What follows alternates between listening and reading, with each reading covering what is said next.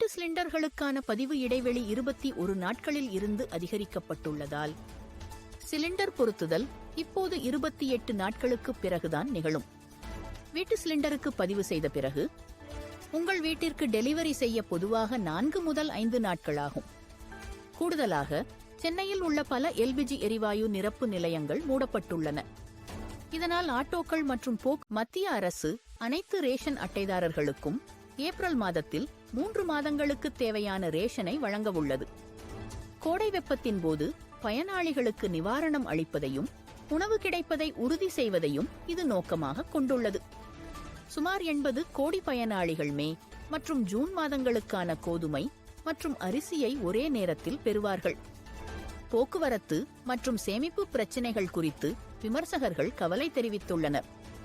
பொது விநியோக முறையை மேம்படுத்தும் முயற்சிகளின் ஒரு பகுதியாக 2025ஆம் ஆண்டில் 41.40